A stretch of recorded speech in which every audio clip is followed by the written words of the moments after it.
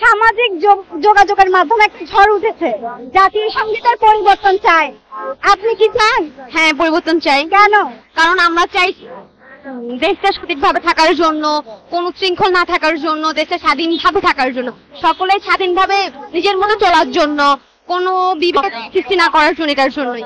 সামাজিক যোগাযোগের মাধ্যমে একটা ঝড় উঠেছে, জাতীয় সঙ্গীতের পরিবর্তন চাই। এটা নিয়ে আপনার মতামত কি?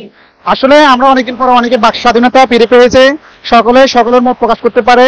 আর একটা জিনিস পরিবর্তনের দাবি উঠলে আসলে পরিবর্তন হয়ে যায় না, সবাই সবার মত প্রকাশ করুক। আর জাতিসংঘে এমন একটা বিষয় যেটা আসলে এটা পরিবর্তন হবে না এমন না।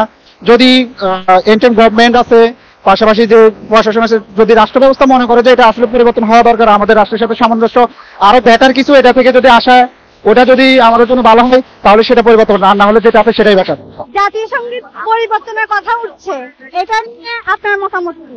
না, জাতীয় সঙ্গীত এটা এখন থাকবে। পরবর্তী সময়ে যদি কোনো কেউ আসে, যদি পরিবর্তন করতে চায়, তাদের একটা মতামত অনুযায়ী, আমাদের ছাত্রদের অনুযায়ী এই মতামতটা দিব।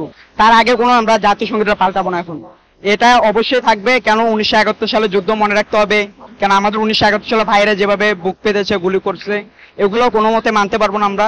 তাও যে আপনি যেটা বললেন জাতীয় সঙ্গীত বিষয়, জাতীয় সঙ্গীত এটা এখন থাকবে, এটা কোনো এখন যাবে না।